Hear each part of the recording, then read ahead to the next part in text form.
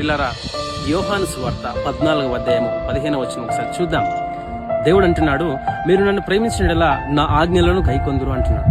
అంటే ఈ రోజుల్లో మనం క్రీస్తు బిడ్డలని చెప్పుకుంటున్నాం, క్రైస్తవులని చెప్పుకుంటున్నాం, కానీ దేవుని ప్రేమించట్లేదు. మరి ఇది ఎలా తెలుస్తుందంటే ఆయన ఇచ్చిన ఆజ్ఞలను కట్టడలను మనం పాటించట్లేదు. పాటించినప్పుడు నువ్వు దేవుని ప్రేమించట్లేదని అర్థమైపోతుంది. మరి దేవుని ప్రేమించేవాడు ఎలా ఉంటాడంటే ఆయన ఇచ్చినటువంటి ఆజ్ఞలు కూడా గైకుంటాడు, ఆజ్ఞల అనుసారంగా జీవిస్తాడు, వాక్యానుసారంగా జీవిస్తాడు, ఆజ్ఞలు కూడా పాటిస్తాడు.